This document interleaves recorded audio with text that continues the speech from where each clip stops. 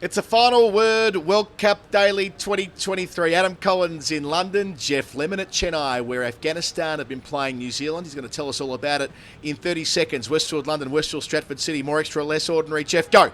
Okay, Afghanistan let it slip through their fingers, basically dropped a catch in the first over, dropped about 5 more as the match went on. Yeah, there was a point at 110 for 4. Azmatullah took 2 in an over, and he thought they might be able to put pressure on. Why did they choose to bowl first? That's the other question. But a big partnership between Phillips and Latham, 144 they put on, got out near the end, bit of bashing from Chapman and Santner, got them up to 288, and Afghanistan were never really at the races, lost both their openers during the power play, 3 maidens to end the power play, a lot of dot balls in the next 10-15 overs, and eventually they were all out for 139. They lost by a long, long way. 149 was the final margin, so New Zealand making 288 for 6, thanks to half centuries from Latham and Phillips, 68 and 71 respectively. That stand of 144 that you mentioned when they were in a bit of strife, losing 3 wickets in the space of 3 overs, and that's where Afghanistan fluffed their lines. One of many places, really, but not being able to contain that pair suitably. The drop catch from Majid, but backward point at the start of the back 10. They end up making 103 runs in the back 10, helped along by the finisher, Chapman, making 25 from 12 balls, along with Mitchell Santner playing his role as well. It was Santner with 3, Ferguson with 3 as well. They finished it off in a real hurry, Jeff. I think the last 4 wickets fell in 8 balls, a collapse of 5 for 14 for Afghanistan to see them defeated after beating England. But they had their chance, I reckon. You know, at 110 for 4 with Mitchell trudging off. Ian Smith put it best on television. They're collapsing quickly and we're watching it, and it felt that way. But the experience of Latham was ever important. And Phillips, who we've seen and enjoyed a lot over the last couple of years, he seems like he's got the temperament for when the going gets tough for New Zealand. And they're 4 from 4 as well. Yeah, they are. They're 4 from 4, and that middle order was called upon, which it hasn't been so much so far. Top order's done the job for the most part, which did happen again today. So Will Young back into the side. Kane Williamson out. He's broken that thumb, the one that was hit when he was taking a run in the previous match where he was coming back from his knee injury. So he's potentially going to come back from 2 long-term injuries in the space of 1 World Cup, because assuming they qualify for the finals, it gives him, I guess, 3.5 weeks to try to get that thumb right, and he looked in such good touch when he came in. But Will Young back in the side after being dropped for Ravindra, made a 50, was important, but so much went wrong for Afghanistan, or they got so much wrong, and this isn't just hindsight wisdom. When they won the toss and they chose to made the decision that they did at the toss, which was not to defend, right? They had a blueprint against England, which was put a score on the board, doesn't matter what it is, and then defend like your lives depend on it. Use your spinners, slow down their scoring, start to spook them, right? And if you have a collapse like New Zealand had when you're chasing 250, it's going to spook you a lot more than when you're setting a target in the first innings, when you've still got some possibility of controlling the game with the ball as well. And if you're going to do what Afghanistan did and try to refocus after a big win and choose to bowl first, you've got to take your chances. Fazal Haq Farooqi drew an edge from Young in the first over. It flew to slip. It was Ramat Shah, I think, at slip, who put that one down. Pretty catchable, a bit high, out to his left, about shoulder height, put it down. They then drop, the captain, Hashmatullah, drops Rachin Ravindra on naught at mid-wicket. He goes on to make 32, and yeah, it's not the hugest score in the world, but it gets him going with Young. And there's a missed stumping as well. Ikram Ali Kill, who's been really good in most respects, misses a stumping. I think that one was off Young too. So all of this is even before the collapse happens. They look like they're in a fair bit of trouble at they're past 100 with only 1 wicket down. And then it's the man least likely, I think. When Azmatullah came on, who's a medium pace all-rounder, we thought, well, they're turning to him because they don't have a lot of options. Mohammad Nabi was off the field with an injury problem. Fazal Haq Farooqi had gone off the field as well with an injury. Sorry, it was Naveen, I think, who went off the field with an injury issue. And so they got the medium pacer on, and he picks up 2 wickets in his over. And then Rashid Khan in the next over gets Daryl Mitchell pulling to mid-wicket. It's Rachin Ravindra with a huge swing across the line, loses his middle stump. And then they get Young as well at the end of the same over, and they get Mitchell caught at mid-wicket by Zadran. So, yeah, suddenly at 4 down, they can put the pressure on, but more chances went missing. It wasn't just the ones towards the back end. There was a Phillips one, he hits out to deep mid-wicket and the ball goes over the head of the fielder. There was another one that the captain tips over the bar inside the circle at mid-wicket, and there's the one that you mentioned that Majee puts down just going one-handed at the start of the back 10. So many opportunities to put pressure on New Zealand, and they weren't able to make it count. Remember about 2 World Cups ago when phases started, Jeff? We'd see on TV, one side won the first 10 overs, the next side won the next 10 overs. It was a little bit like that. So Afghanistan, they did win the first 10 overs on the basis that they kept New Zealand broadly quiet, even if they didn't make the most of those opportunities that you've ran through. New Zealand win the second 10 overs by adding 66 without losing a further wicket. End up becoming a 79-run partnership, but by the time that Ravindra was out and Young, after just making a half century, then the collapse of 3 for 1. But, then Afghanistan have effectively won the third 10 overs, then New Zealand fairly comprehensively win the fourth and the fifth, which is why they were able to post such a strong tally. Although, they might have thought 300 was in the frame at one stage, but they lose Latham and Phillips in the same over, don't they? One of a number of times in this game where 2 wickets fell in an over. One of them, Asmatullah, you touched on him before. He's having a really good World Cup, isn't he? I mean, he got elevated up the list against India and bashed quick runs. We've seen now that he's been able to, with the ball, strike a couple of times in the space of an over. He strikes me as a competitive bastard as well, like the way he celebrates when taking a wicket and other intangible bits that you can't quantify, but it gives a sense of a guy who always wants to be in the game. So he had them there and thereabouts. But yeah, when you boil it down, I agree with you. They should have played to their strengths from the win against England. I know very different circumstances to Dharamshala over the weekend, but given they batted so well in that fixture, try and put New Zealand under some scoreboard pressure by batting first and posting a tally.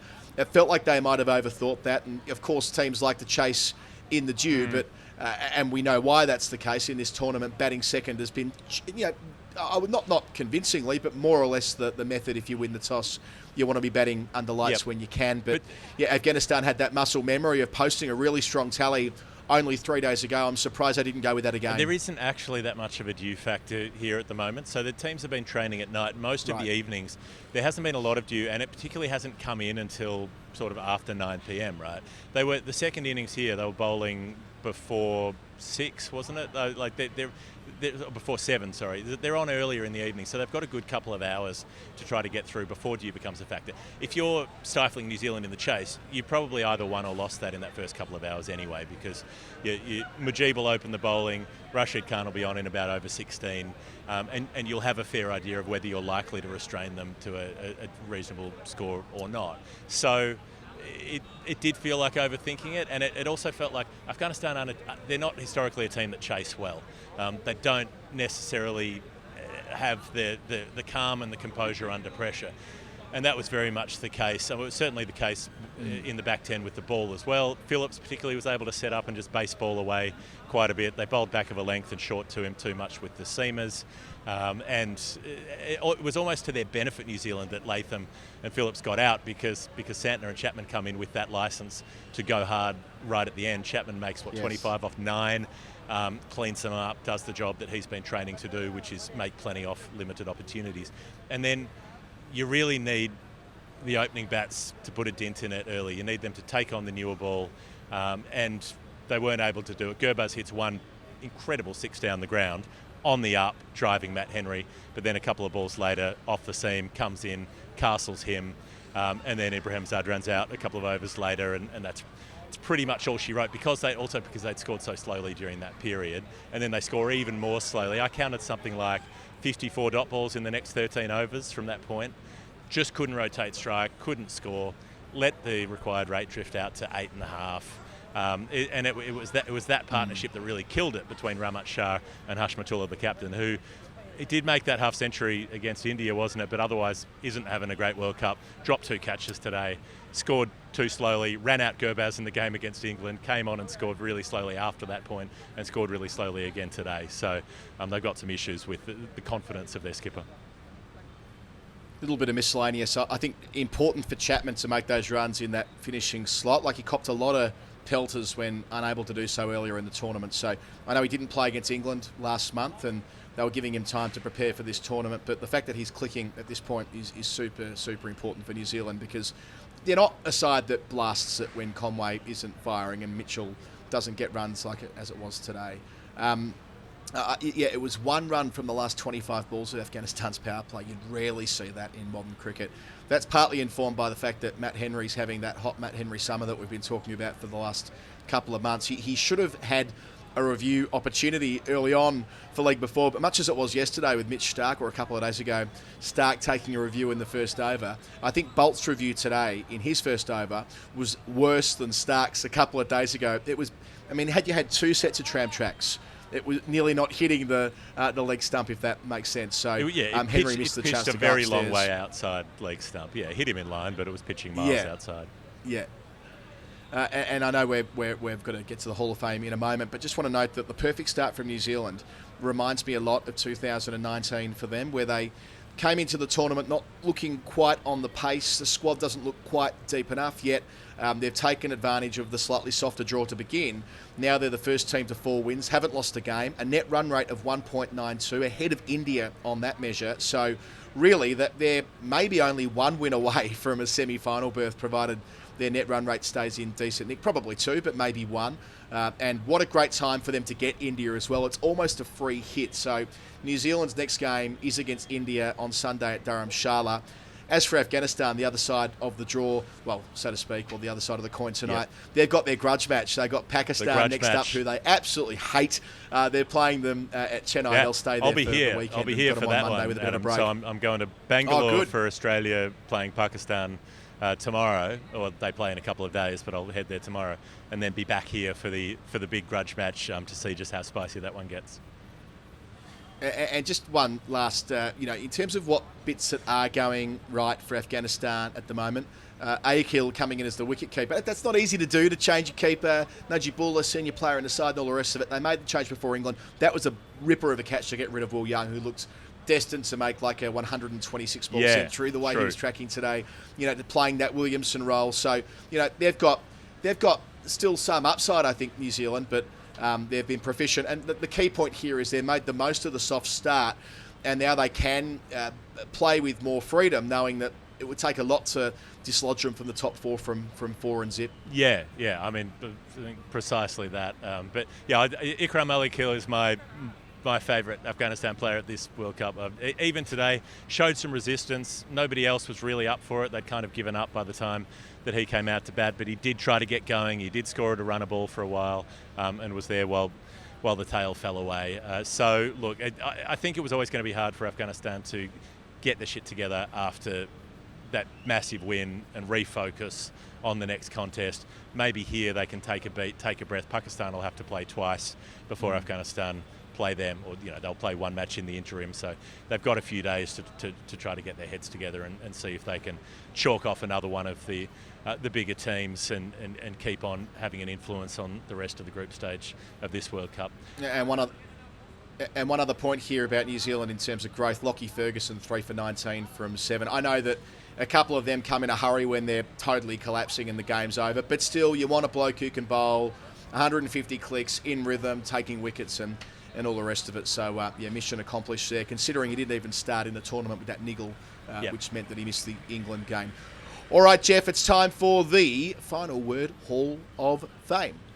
Final Word Hall of Fame is brought to you by Westfield London, Westfield Stratford City, where kids eat free this half term, which is coming up, I believe, in a couple of weeks. So if it's the action on the field that's giving you a hankering for some international cuisine, there's no better time to fill your tum from family favourites like Bill's, the reimagined Indian street food of Bindas Eatery, which we've been to. There's only one option for every Steve Smith pre-delivery quirk, and with dozens of places for the whole family to skate, bowl, hit dingers, play golf, bat and more. There is really no better place for half term and a day out than Westfield London, Westfield Stratford City. More extra, less ordinary. Jeff, take it away, your favourite final word moment of the day. Well, I'll just say also that if kids eat free, then people disguised as kids might be able to eat free as well. Just file that one away, Well, when I read that out, I was going to say to you, when you were a child, you and I share many things in common. One of those is the ability to put away a lot of food. Like when we want to, I know with you, this stood out to me on our first tour away from home together when we hadn't eaten for a little while, and you made an enormous pot of spaghetti bolognese, and you're a little bit worried that it wouldn't fill you up, so you tipped in a bag of potatoes as well just to beef it up a little bit. You know, that's the way you're built. Sure. I'm wired a similar way. So kids eat free. I took the piss at a number of restaurants on that front when I was a little boy, and hopefully another generation of young kids can take the piss as well at Westfield. Get on the soft serve machine and just see how much of that you can ingest like a boa constrictor and take 7 days to digest it. What have I got? I've just got the one moment for today, but it did stand out, and it's a wholesome one. It's a nice one because, like, the Mujeeb catch was awful. He goes up with one hand. I think he lost it in the floodlights, which are these really bright LED lights. It's like you're in a hotel lobby. It's horrible. And he was pretty mad about it, and he had to bowl the next over. And he dropped it off Rashid Khan, who was frustrated and gave a yell when the catch went down. That next over, 3 times during the over after a ball is bowled, Rashid runs in from cover, pats Mujeeb on the back, gives him a word of encouragement, G's him up and says, let's keep going, let's keep getting there. A couple of them were dot balls. One of them is the time when he gets hit for 6. But I just thought that was really responsible, really mature from Rashid to emphasise the point, like, I'm not angry with you. Don't get distracted about worrying about that. Get us a wicket. You know, and it didn't happen. The wicket didn't follow. But I was just really impressed with that. And also that there was a point where at a break, Rashid pulls the whole team together and gives them a real rev up with about 6 or 7 overs to go and says, you know, like, come on, we have to get out there and contain these guys. It didn't happen, but the fact that he is that leader, that comes so naturally to him, I thought was really impressive. I hope he caught it. They don't fucking want it. They don't fucking want it. We fucking want it, from Rashid giving them a rev up in the dressing room before running out. I just love Shane Watson. I mean, end of sentence, but I love his commentary in so many ways. At one point today, he was talking about Mitchell Satner, who he played with at the Chennai Super Kings for a couple of seasons towards the end of his IPL career, and he was talking about netting against Satner and just how bloody difficult it is with him being able to have the one that goes straight on. And he said kind of sheepishly, he got me out like every 5th ball when I netted against him. And right on cue, 2 overs later, Satner bowls a delightful delivery to Castle Muhammad Nabi, who, you know, we've all been quite excited about the Nabi story over the last couple of days. Ali Martin wrote a lovely piece in The Guardian about his journey and about a crazy century he made against the MCC as a 21-year-old before Afghanistan were even playing international cricket, but couldn't keep Satner out today. The other thing with Watto was when he talked about a thing called pre-cooling.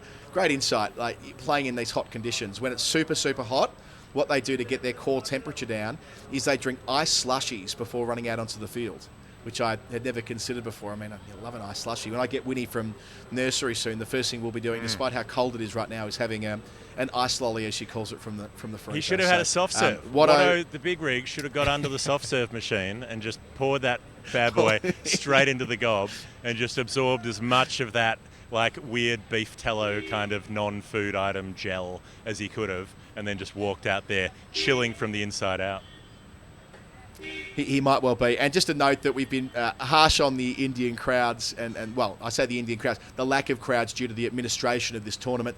Quite a few people there today. Each Afghanistan game is drawn well, which probably has a bit to do with the fact that Afghanistan have a lot of their diaspora living in India. But still, that's a positive, and as we're trying to build into it in week 2 and week 3, that is absolutely a good thing. So the Hall of Fame brought to you by Westfield London, Westfield, Stratford City, more extra, less ordinary, as is the show. Jeff, I think that's about it. I think that's it. I'll just have a word for our listeners who've been in touch over the last few days, saying that when they're listening to the show and they hear the horns honking in the background, they keep looking over their shoulders and being made to jump when they're walking down the street or driving. Today won't have been any better. I would apologise for it, but there's absolutely nothing I can do. I'm recording in a car park outside the stadium at Chennai, because that's the way that things work here. So, horn away. Have a big honk. Have a toot. When Dave's driving through the mean streets of Canberra tomorrow morning, he'll think of you, I'm sure, Jeff. Tomorrow's game is between India and Bangladesh. India, the chance to join New Zealand on 4 wins in this World Cup. That's at Pune, the first game at a ground that I have a lot of fond memories of from back in 2017. All right, that's it, Jeff. Get some sleep. Talk to you tomorrow. All right, I've got insects crawling up my legs. I'll see you later.